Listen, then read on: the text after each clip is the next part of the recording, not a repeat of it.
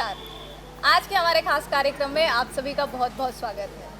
वैसे तो हर बार हम कार्यक्रम के माध्यम से बहुत खास विभूतियों से मिलते हैं, उनके यहाँ जाते हैं, उनसे कुछ चर्चा करते हैं और आपके लिए कुछ न कुछ नया लेकर आते हैं। इस बार हम ऐसे ही एक जगह पहुँचे हैं, आरंग। वैसे तो महानदी के बाजू में बसा हुआ बहुत खूबसूरत शहर है, मंदिरों का शहर कहा जाता है, ऐतिहासिक शहर है छत्तीसगढ़ में।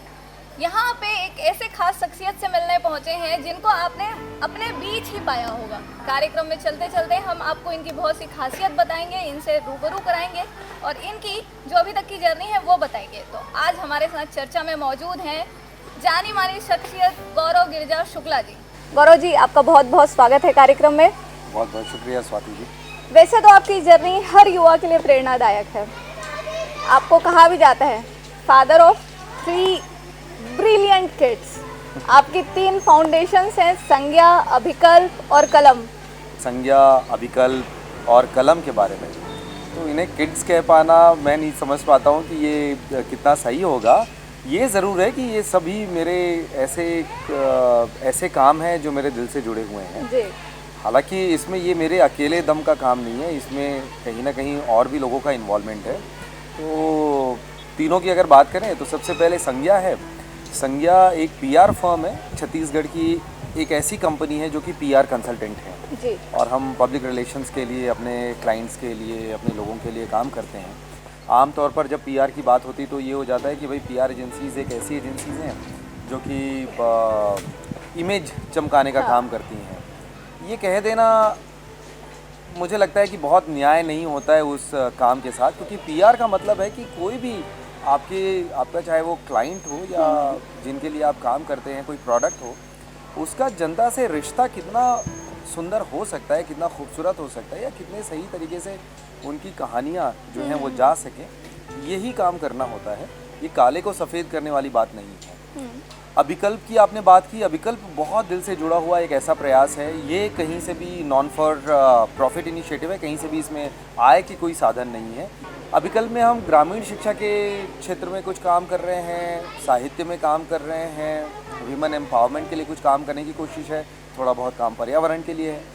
एक ऐसा मंच बनाया गया है अभिकल्प में जिसमें हमारे समाज में बहुत से लोग होते हैं जो अच्छा काम करना चाहते हैं। उन्हें कई बार इच्छा होती है कि कोई ऐसा मंच मिले जहाँ ईमानदारी से कुछ काम हो रहा हो। एनजीओ के नाम पर कोई ऐसे जो आमतौर पर कहे जाते, जो आरोप लगते हैं एनजीओ के सेक्टर में, ऐसा कुछ हो रहा हो, तो ये एक ऐसी प्रयास है जिसपे और अपने लोगों को मिला करके जो अपने साइड से जो कंट्रीब्यूशन हो सकता है उसमें काम कर रहे हैं। कलम की जो आपने बात की है, कलम एक प्रयास है, एक कार्यक्रम है कलम, जो कि साहित्य के क्षेत्र में काम करता है और इस पे ये प्रभा केतान फाउंडेशन के द्वारा शुरुआत हुई। इसकी कोलकाता की एक फाउंडेशन है, हम उनके शुरुआती मेंबर की तरह हैं और अब तक कलम रायपुर और बिलासपुर की जिम्मेदारी में मतलब मेरा एक कंट्रीब्यूशन है और देश भर में और जगह होती है तो हम एक टीम की तरह काम भले कर लेते हैं। प्रमुख रूप से रायपुर बिलासपुर देखते हैं। पिछले 6 सालों में 65 एपिसोड हमने कलम के किए।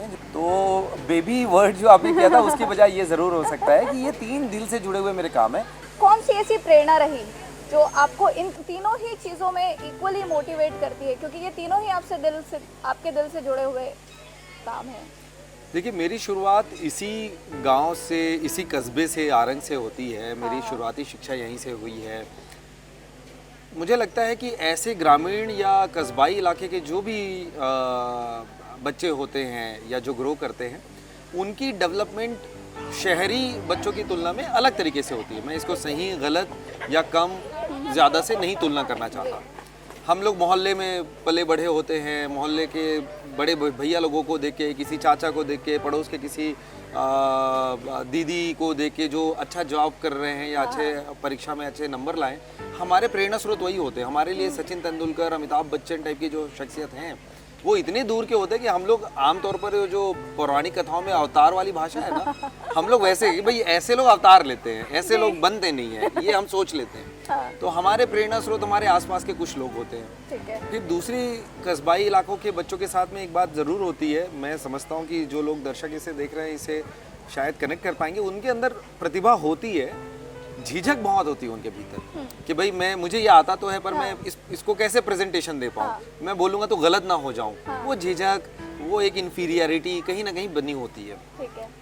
और इसका एक और खामियाजा ये भी होता है कि उस वजह से लाइफ की क्लैरिटी आने में थोड़ा वक्त लग जाता है कि मुझे ये करना है और ये नहीं करना है। मेरे प्रेरणा स्रोत में मेरे माता पिता ज़रूर रहे, जो कि सेल्फ मेड पर्सनालिटीज़ हैं और जिन लोगों ने अपने तरीके से अपनी ज़िंदगी शुरू की। हमको कभी ऐसा दबाव नहीं रहा कि तुमको परीक्षा में इतने ही अंक लाने होंगे, तुम्हें ऐसे फर्स्ट डिवीज़न में ही आना पड़ेगा और तुम ऐसी ही नौकरी करो, ये कभी नहीं हुआ। तो थोड़ी फ्रीडम ये ज़रूर मिली कि अपने मन का कर सकते हो। मन का क्या होगा ये ढूंढने में थोड़ा वक्त लगा, लेकिन धीरे धीरे मुझे लगता है कि रास्ते में मुझे बहुत अच्छे अच्छे शिक्षक मिले, बहुत अच्छे मित्र मिले और इन सब से कुछ ना कुछ चीज़ों को समझते समझते ऐसे जो कनेक्ट द डॉट्स हम कहते हैं, ये कड़ियाँ जुड़ती गई। मुझे नहीं पता कि आज हम जहाँ पहुँचे हैं, आप कह रही हैं तो मैं ये मान लेता हूँ कि चलो कुछ जगह पहुँच गए हैं, लेकिन क्या यही फाइनल डेस्टिनेशन है जहाँ पहुँचना चाह रहे थे या यही वो सारी कड़ियाँ यहीं जुड़ती हैं, ये शायद मैं श्योर नहीं हूँ। ये अभी भी सफ़र जारी है। सफ़र तो निरंतर जब तक है तब तक जारी ही रहेगा, लेकिन इसमें फिर एक वही चीज़ आ जाती है। आपका अगर क्वालिफिकेशनल अपन बैकग्राउंड देखने जाएं थोड़ा सा, तो भैया अपन तो इंजीनियर हैं जी। इंजीनियर हर कहीं होते हैं और उनका जुगाड़ तो हर कहीं चलता है। तो ये कौन सा इंजीनियरिंग का जुगाड़ था कि अचानक आपने इंजीनियरिंग बैकग्राउंड छोड़ा, then you move to news field और मल्टीटास्क कर रहे हैं, बहुत सारी जगह आपने थोड़ी अपनी सेवाएं प्रदान की, देन यू डिसाइड कि भाई हमको यही करना है। तो पहला तो ये था कि इंजीनियरिंग में ही एक्सीडेंटल गए थे। इंजीनियरिंग ही जो डिसाइड हुई थी वो भी इसलिए हुई कि ऐसा था नहीं बचपन से कि भाई मैं पढ़ूंगा मैथ से, तो कहीं ना कहीं मुझे गणित से थोड़ा डर भी लगता था। आमतौर पर मेरे जो विषय थे उनमें मैथ्स मुझे बहुत पसंदीदा विषय तो नहीं था, ये मैं स्वीकार कर सकता हूँ। अच्छे कुछ शिक्षक रहे, कुछ साथ के दोस्त यार रहे जिनकी किताबों से नोट्स बना करके या उनकी ट्रेनिंग से हम पढ़ते गए, नंबर ठीक ठाक आ गए तो इंजीनियरिंग में मुझे एडमिशन मिल गया। इंजीनियरिंग ठीक ठाक हमने कर लिया, फर्स्ट डिवीज़न थ्रू आउट हम पास आउट होते रहे सब जगह। फिर इंजीनियरिंग की बात आती है कि फिर नौकरी करनी है तो कैंपस प्लेसमेंट की बात आती है, कैंपस सिलेक्शंस भी हो गए। माता पिता को इस बात की आश्वस्ति हो गई, वो आश्वस्त हो गए कि भाई हाँ हमने 4 साल जिसे पढ़ाया है अब इसे नौकरी मिल गई है और अब ये कुछ तो कर लेगा।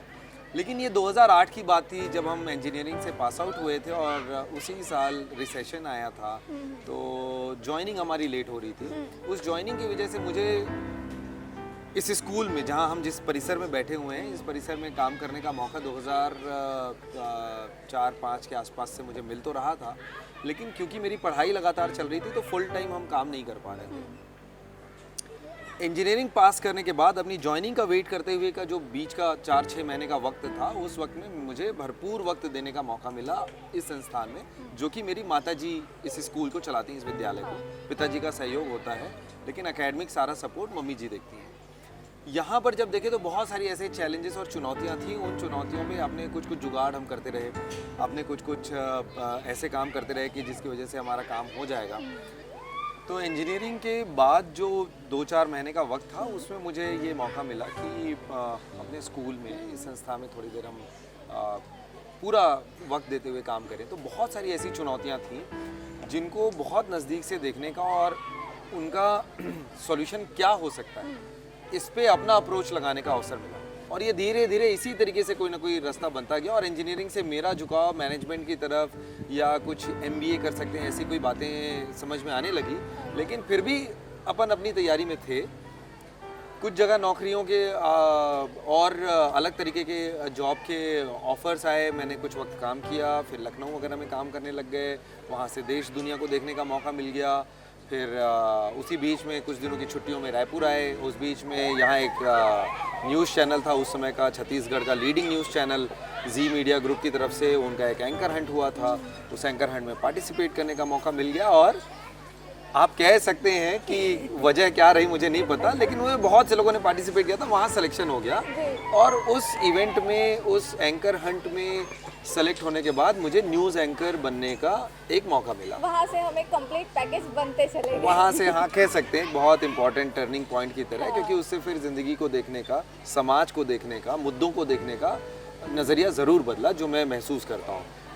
तो ये रही संज्ञा को शुरू करने के पहले की पत्रकार, इंजीनियरिंग से पत्रकार होने की वाली बात जर्नी। तो अब एक बहुत इम्पोर्टेंट क्वेश्चन जो आज कल के यंगस्टर्स में आता है, जो इस एज ग्रुप में आता है, क्योंकि इस इस एज ग्रुप में बहुत जाहिर सी बात है, बहुत सारे ऑप्शंस होते हैं। तो किसी चीज़ को जब हम तय कर लेते हैं तो उसमें भी चलने का जो एक सफ़र होता है वो कुछ अपने आप में बहुत अप्स एंड डाउन्स होता है, और जहाँ डाउनफॉल आता है वहाँ लगता है कि भाई इसको छोड़ छाड़ के कुछ नया कर लेते हैं फिर से। इस पे कैसे खुद को आपने किस थॉट प्रोसेस के साथ उस कंप्लीट चीज़ को बैलेंस किया? देखिए ऐसी कोई, ये तो बिल्कुल आपने सही कहा कि कभी भी किसी भी सफ़र में हम जाते हैं तो अप्स एंड डाउन्स आएंगे ही आएंगे और आते हैं। तो मुझे लगता है कि इसमें मेरे टीम के बहुत सारे अच्छे दोस्त मिले मेरे सहयोगी, मेरे मेंटोर्स मुझे बहुत अच्छे मिले। मैं सौभाग्यशाली रहा कि परिवार का और माता पिता का बहुत अच्छा सहयोग मुझे मिला।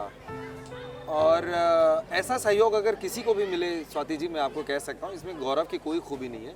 अगर इतने अच्छे दोस्त जो गौरव को मिले वो किसी और को भी मिले, ऐसा परिवार जो मुझे मिला वो किसी को भी मिले, तो ये कोई उपलब्धि नहीं है, इससे और बड़ी अच्छी उपलब्धि हासिल की जा सकती है। शायद मैंने बहुत कम हासिल किया हो, तो इसका श्रेय ये सारे अप डाउन से बाहर आने का मेरे टीम को, मेरे दोस्तों को, मेरे परिवार को जाता है, जो हमेशा मेरे संबल बन करके खड़े हैं। तो अब मेरा एक जो यंग हार्टेड मैन कह लो, यंगस्टर कह लो, इसमें एक बहुत सी कॉमन चीज़ होती है कि हम भटकते हैं तो बहुत सारी चीज़ें एक्सप्लोर करते हैं, और जितना हम आपको जानते हैं आपका ट्रैवलिंग का भी बहुत अच्छा रहा है। जिस भी तरीके के काम अब तक करता आया हूँ उसमें आमतौर पर घूमने का, लोगों से मिलने का, नई नई जगह जाने का मौका मुझे मिला है। मुझे सारी जगह पसंद आती हैं। मैं पहाड़ों में जाता हूँ, मुझे अच्छा लगता है। मुझे आप समुद्र के आसपास ले जाएं, मुझे अच्छा लगता है। मुझे आप कहीं भी, आम तौर पर सड़कें भी बहुत अच्छी लगती हैं। आप देखिए ना, आप कभी भी, बात सिर्फ छत्तीसगढ़ की नहीं है, आप कहीं बाहर भी जाएंगे तो आपको खेत खलिहान भरे हुए खेत दिखें, कहीं पर नहर चल रही है, ये सब खूबसूरत है। तो मेरे को हर तरीके का घूमना पसंद है, जंगलों में जाना पसंद है, पहाड़ों में जाना पसंद है। आप जहाँ घुमा दीजिए मुझे अच्छा लगता है। लोगों से मिलते रहिए, नई जगह जाते रहिए, मुझे सब पसंद है। इसलिए शायद आप इतने क्रिएटिव हो कि आप दर्शकों से मैं स्पेसिफिकली ये कहना चाहूँगी, जब भी आप इनके फेसबुक पेज या किसी भी सोशल मीडिया साइट पर जाएंगे तो आपको हर शब्द में छिपा हुआ अनेक अर्थों वाला एक और शब्द मिलेगा। ये टीम संज्ञा करती है, वो क्रिएटिव टीम हम सब मिलके करते हैं। हाँ। तो इसका थॉट प्रोसेस साथ में आ जाता है, लेकिन ये डिज़ाइन का एक हिस्सा है, वर्ड प्ले का हिस्सा है। तो कोशिश ये रहती है कि कोई भी जो शब्द है, हाँ, उसके और भी मायने क्या निकल सकते हैं, निकालने की कोशिश हम करते हैं। जो पत्रकारों का काम है कि किसी ने एक बयान दिया, उसके मायने क्या निकल सकते हैं। लेकिन ये उसी तरीके का कुछ काम है, बट ये संज्ञा की टीम करती है, इसका क्रेडिट टीम संज्ञा को जाता है। गौरव को कम जाना चाहिए। तो ये आपके कुछ दोस्तों से जब हमने चर्चा की तो हमें कुछ ऐसी चीज़ें पता चली कि आप आंदोलनजीवी भी रहे हैं, आंदोलनकारी भी रहे हैं, और अन्ना आंदोलन में बहुत बढ़ चढ़ के आपने हिस्सा भी लिया है। आपने अन्ना आंदोलन की बात की, जी हाँ, उसमें एक स्तर पर मेरी सहभागिता थी। वो सहभागिता एक्टिव सहभागिता की बजाय मुझे लगता है कि समर्थन के रूप में ज़रूर थी। रायपुर शहर में जब आंदोलन के लिए बहुत से लोग आए हुए थे और उस समय कुछ एक मोमेंट था, तो उस समय आप कहिए कि जो भी माहौल रहा होगा, ये पार्टी से अलग, क्योंकि मैं खुद उस समय जर्नलिज्म में था, मैं एक मीडिया हाउस में काम कर रहा था।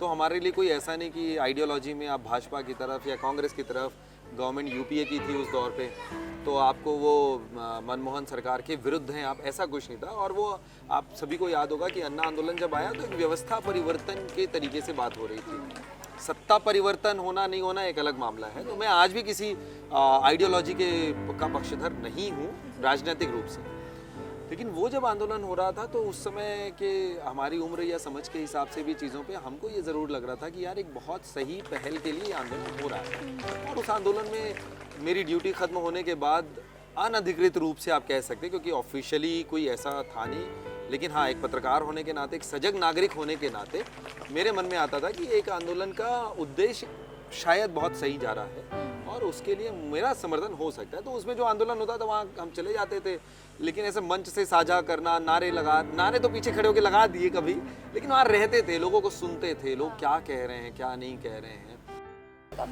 कि जो आने वाले कुछ एंटरप्रेन्योर्स हैं जो खुद का कुछ करना चाह रहे हैं, तो जैसा आपने स्टार्ट किया, तो आने वालों के लिए आपका क्या संदेश रहेगा?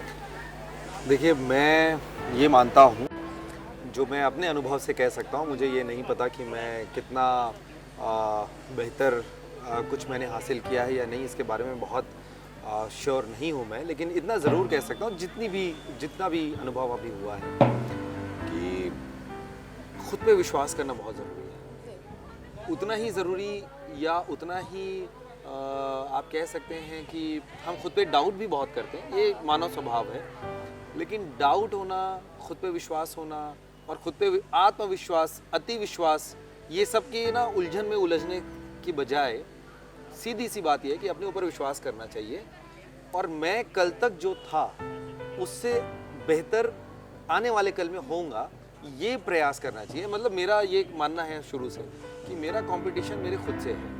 मेरा कंपटीशन मेरे साथ पढ़ने वाले किसी दोस्त यार से, चाहे नंबर के मामले में हो, चाहे नौकरी के तनख्वाह के मामले में हो, या एंटरप्रेन्योर बन गए तो मेरा बिजनेस कितना चल रहा है, कितना रेवेन्यू जनरेट कर रहा है और दूसरे कितना प्रॉफिट कर रहा है, इन सब से दूर है, अलग है।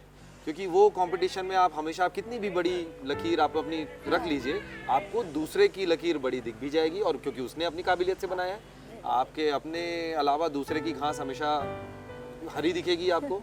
तो मेरा यही मानना है कि सीखते रहने का ही नाम ज़िंदगी है।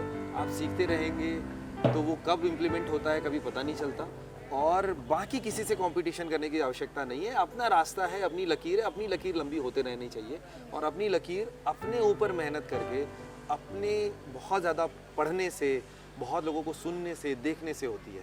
आपका एकमात्र कॉम्पिटिटर है वो आप स्वयं हैं, सिर्फ उसी को आपको हराना है और अपने आप को ही बेहतर करते जाना है। बस मुझे लगता है यही एक सक्सेस का हो सकता है। तो दर्शकों, ये अभी तक हमारे साथ गौरव गिरजा शुक्ला जी थे, जिनकी हमने पूरी जर्नी, लगभग जर्नी बहुत लंबी है, लेकिन हमने इसको बहुत छोटे समय में आप सबके साथ साझा करने की कोशिश की। गौरव जी, आपका बहुत बहुत धन्यवाद, आपने अपना बहुत महत्वपूर्ण समय हमें दिया।